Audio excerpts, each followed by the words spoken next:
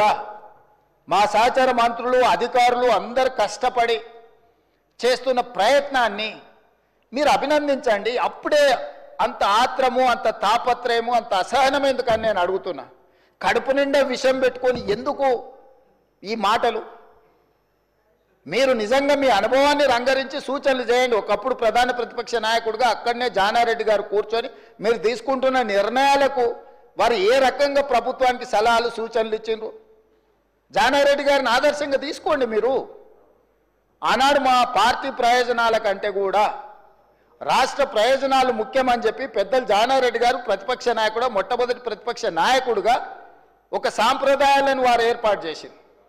ఆ సాంప్రదాయాలను ప్రతిపక్ష నాయకుడిగా బట్టి విక్రమార్క గారు కొనసాగించారు. మీరు కక్ష గట్టి ప్రతిపక్ష హోదా తీసినా, మీరు మైకు ఇచ్చినా ఇవ్వకపోయినా, మీరు ఇచ్చిన కొద్ది సమయంలో కూడా వారు ప్రతిపక్ష నాయకుడిగా మీకు ఎన్నో రకాలుగా సూచనలు ఇచ్చే ప్రయత్నం చేసిండ్రు. ప్రభుత్వం తీసుకుంటున్న నిర్ణయాలలో ఉన్న లోపాలను ఎత్తి చూపడమే కాకుండా మీకు సహేతుకమైన సలహాలు సూచనలు ఇచ్చే ప్రయత్నం ఆనాడు ప్రతిపక్ష నాయకులుగా బట్టి విక్రమార్క గారు, జానారెడ్డి గారు చేశారు. ఈరోజు కూడా మీ నుంచి మేము ఆశిస్తున్నాం. మీరు ఎంత చేసినా, ఎగిరెగిరి దంచినా, ఎగరకుంట దంచినా మీకు వచ్చే కూలి అంతనే.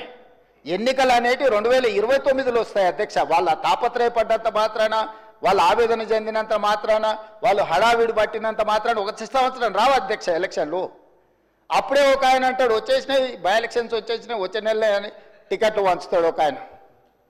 ఆయన టికెట్లు వంచండి కదా, నేను వంచాలని ఇంకొక ఆయన పోయి ఆయన వంచుతాడు. వాళ్ళ పోటీతోని మా సాగుకు వస్తున్నారు అధ్యక్ష. వాళ్ళ అంతర్గతంగా ఏమని ఉంటే ఉండని వాళ్ళు ఇట్లా తెలుసుకొని మాకేం అభ్యంతరం లేదు. ఒక ఆయన పొద్దున్నే ప్రెస్ మీట్ పెడితే మధ్యాహ్నం ఒక ఆయన ట్విట్టర్లో పెడతాడు దాని కౌంటర్ పార్టీ. ఒక ఆయన ట్విట్టర్లో పెట్టగానే ఇంకొక ఆయన ప్రెస్ నోట్ రిలీజ్ చేస్తాడు. వీళ్ళిద్దరు ఇట్లా చేశారు కదా అని పెద్దల సభలో ఉన్న వాళ్ళు వాళ్ళ వైపు నుంచి వాళ్ళు అదే ప్రయత్నం చేస్తున్నారు. వాళ్ళ పోటీ రాష్ట్ర ప్రభుత్వానికి తలకాయ నొప్పిగా మారిపోయింది అధ్యక్ష. ఈరోజు అందుకే నేను ఒకటే విజ్ఞప్తి చేస్తున్నా అధ్యక్ష. ఎన్నికలు మహేశ్వర్ రెడ్డి గారి పార్టీ జమిలీ ఎన్నికలు అంటారు, అవన్నీ కలిపి తీసుకొస్తామంటారు. ఇవన్నీ ఓవేళ అంతా కలిసి వస్తే 2028లో రావాల్సిన ఎలక్షన్లు అవి 2029కి పోయేటట్టున్నాయి అధ్యక్ష. సో ఉన్న అసెంబ్లీ కూడా ఇంకో 6 నెలలు ఎక్స్ట్రాగా ఉండే పరిస్థితులు జాతీయ స్థాయిలో మనకు కనిపిస్తున్నాయి అధ్యక్ష. సో ఈ 4 ఏళ్ళు మనము రాష్ట్రాన్ని మంచిగా అభివృద్ధి చేసుకుందాము. మీరు నా దగ్గరకు వచ్చిన వాళ్ళలో అప్పుడప్పుడు టీవీలలో పేపర్లలో ఎవరు వచ్చి కలిసినా కూడా ఇటు అటు అని నేను ఎవరికైనా నేను సభానాయకుడిగా ముఖ్యమంత్రిగా ప్రతి ఎమ్మెల్యేకి నేను అందుబాటులో ఉంటా.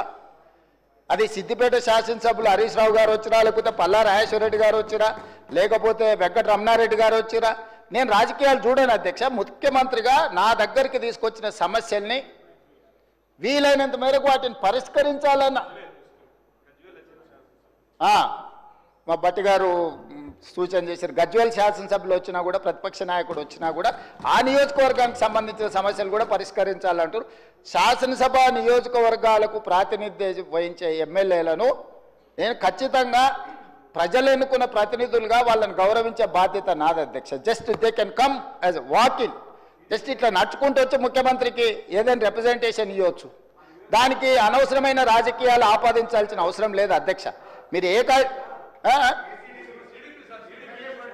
డెఫినెట్గా ఇస్తాము. ఇచ్చినప్పుడు ఇన్ఛార్జ్ మినిస్టర్ ఉంటాడు, మీకు ఇన్ఛార్జ్ మినిస్టర్లు నిర్ణయాలు చేస్తారు. ఈరోజు ఇందిరమ్మ ఇళ్ళలో ఇందిరమ్మ కమిటీలు ఉన్నాయి, అన్నీ ఉన్నాయి.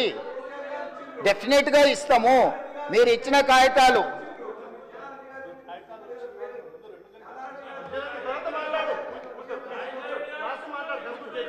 నిన్నగాక మొన్న పద్మారావు గారు వచ్చిండ్రు, సికింద్రాబాద్ శాసనసభ్యులు.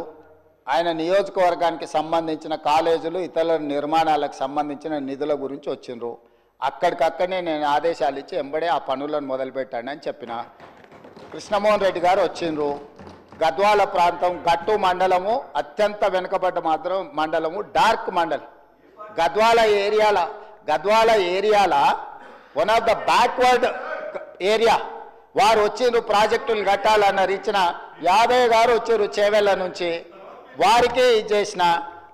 మిత్రుడు ప్రభాకర్ రెడ్డి గారు కుటుంబంలో శుభకార్యం ఉంది రావాలని వెడ్డింగ్ కార్డు ఇచ్చిండు. నేను ఎవరినైనా వెళ్ళాను, కలిశాను, ఆశీర్వదించి వచ్చిన. మంచిని మంచి అంటాము, చెడును చెడు అంటాము. మా మైండ్లలో చెడు లేదు. మీరు మైండ్ లేదని ఉన్నా దాన్ని తగ్గించుకోండి. 10 సంవత్సరాల అనుభవం తర్వాత ప్రజలు ఇచ్చిన తీర్పు మనకు కొంత కనువిప్పు కలిగించాలి. అది కాకుండా మనం ఎంతసేపు ఉన్నా ఎదురుగున్నోళ్ళని బద్నాం చేయడం ద్వారా మనం మంచోళ్ళం అవుదామని అనుకుంటే కుదరదు అధ్యక్ష. ప్రజలు విఘ్నులు. మమ్మల్ని బద్నాం చేసినంత మాత్రాన మీరు మంచోళ్ళు కాలేరు. మీరు మంచిగుంటే మంచోళ్ళు అవుతారు. మా మీద బురద చల్లి మాకంటే వాళ్ళ దగ్గర ఎక్కువ బురదుంది చూడండి అని మీ మీద ఉన్న బురద కంటే మా మీద ఎక్కువ చల్దామని, లేకపోతే మా డిప్యూటీ సీఎం గారినో ఇంకొకరినో బద్నాం చేయడం ద్వారా మీరు మంచోళ్ళు అవుదామని మీరు ముసుగు దొరుకుని మీరు ప్రవర్తించడం వల్ల మీకు ఏమీ ప్రయోజనం ఉండదు. అందుకే ఈరోజు రాష్ట్ర ప్రభుత్వం రాకేష్ రెడ్డి లేనట్టున్నాడు. ఆయన young India integrated residential school గురించి నాకు ఇవ్వాలి, నేను ప్రతిపక్ష ఎమ్మెల్యేను కదా అంటే 100% ఇస్తా అని చెప్పిన పెట్టినం లిస్టులో నాకు తెలిసి. సో అధ్యక్ష, మేము వివక్ష చూపించము. వివక్ష మా విధానం కాదు. వివక్షతోని రాష్ట్రాన్ని నడపలేము. వివక్ష వల్ల రాష్ట్రం అభివృద్ధి చెందదు. వీలైనంత మేరకు రాష్ట్ర అభివృద్ధి కోసం అందరు సహకారం తీసుకొని ఈ ప్రభుత్వం ముందుకు వెళ్ళాలనుకుంటుంది.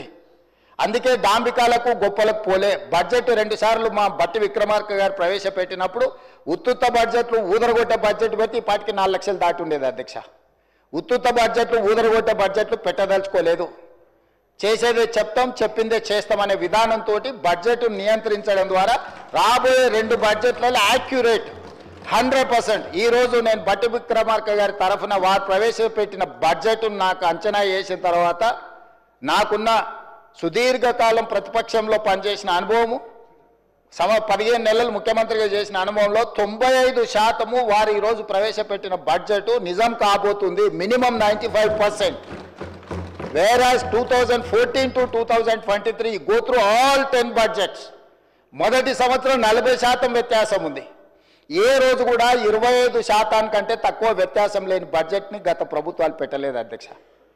కాగితాలకే పరిమితమైన కేటాయింపులు, కాగితాల మీదనే కేటాయింపులతోని శాఖలు నిర్వహించాలని, వెల్ఫేర్ నిర్వహించాలని, ఇట్లా రకరకాల అబద్ధాలతోని ప్రైవేట్ కంపెనీలు బ్యాంకులలో లోన్ తెచ్చుకోవడానికి ఎన్ని రకాలుగా బ్యాలెన్స్ షీట్లను ఫ్రాడ్ చేస్తారో రాష్ట్ర ప్రభుత్వం అన్ని రకాలుగా బడ్జెట్ను ఫ్రాడులెంట్ బడ్జెట్స్ ప్రవేశపెడితే CAG time and again they have given findings.